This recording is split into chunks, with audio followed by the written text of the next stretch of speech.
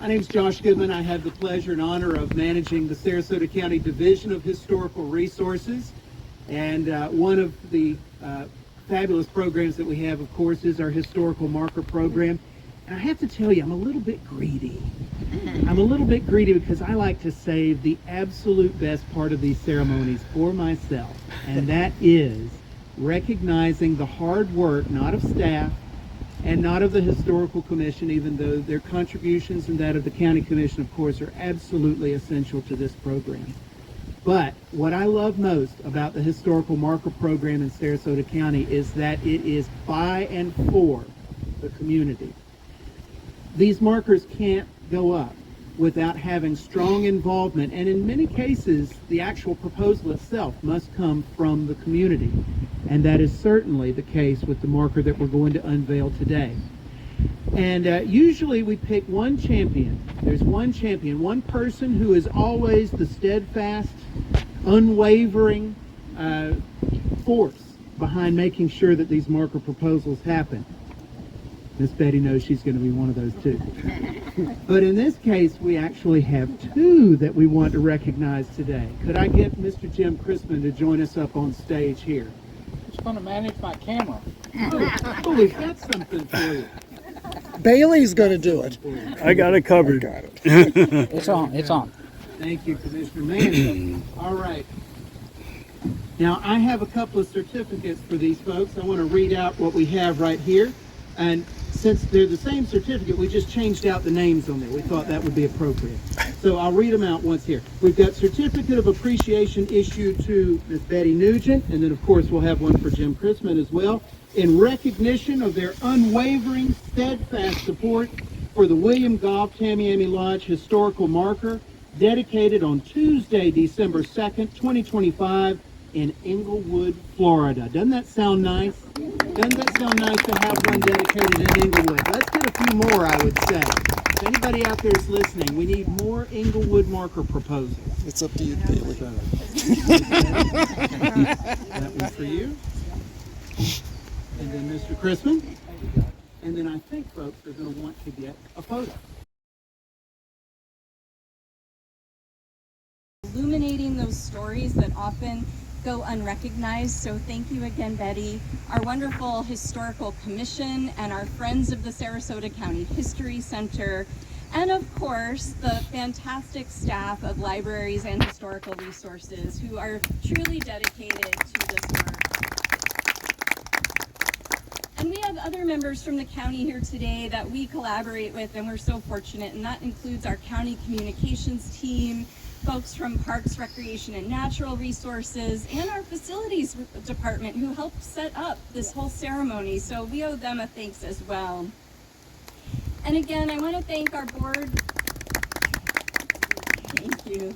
Thank our Board of County Commissioners and County Administration for their support for our department and our Historical Marker Program. Their support helps us to ensure that this initiative remains viable for years to come.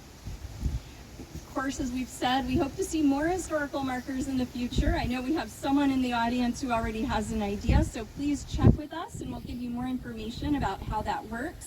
But I know we're all most excited about unveiling this marker we've spoken of. So let's go ahead and unveil our newest marker, William Goff and Tamiami Lodge. Thanks, everyone. I'm going to come right over here.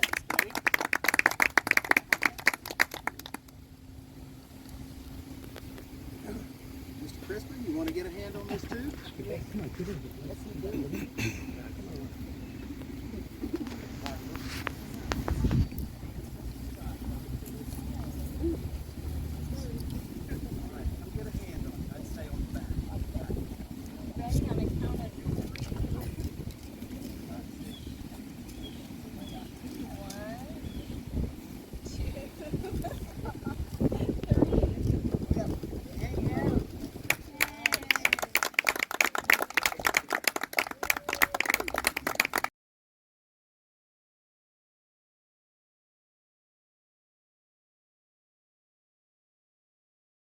Welcome everybody to this wonderful spot where Englewood really started. Okay, so I'm author Winifred Watson, okay? Winifred Watson was investor from Maryland. He came here and bought this property all the way from Dearborn Street down to the end of the peninsula here, across from the little island of Indian Mountain Park. Anyway, so it was after William Goff had left, and she bought it to Herbert, and then she married Stanley Lampp in 1913, and she was an older woman, of course, and Stanley was a young guy. Anyway, and they had two other little houses built along to here, one up by Bucker's Landing, a little cottage, and one about right in here someplace, and they were part of the Tamiami Lodge. She lived in one of them. She called it the Sunshine Cottage, okay? This is kind of cute. And anyway, so those buildings are still here in Englewood. One is behind Dina Coco. It's now a computer shop. Harry Reid bought it and had it moved there, and it's still the same old cottage. It's kind of cool. And the other one was moved to Green Street by the Davids family, and they added a second story. There's the first one over here on the Green Street, is turned off of Dearborn Street, and she eventually went to Lakewood to live after the divorce. She was divorced from Stanley Lampp in 1925, and she also went to court to get back her rights to own land and manage her own money. And she did take care of one of the Lampp girls, the twin that was born here and her mother died during childbirth. She fostered her in Lakewood, and the little young lady, Myrtle, she went to nursing school there in Orlando, and she just passed a few years ago. But now we're here standing at the place where everything started in Englewood. It's been a wonderful, wonderful thing to have Englewood and all the new improvements in 2020. We saw a whole new world here, and we'll continue to see a whole new world all over the place. And so today, this is a place in a new park, and I would hope everybody can enjoy it someday before actually maybe another picnic table. Thank you very much for coming today.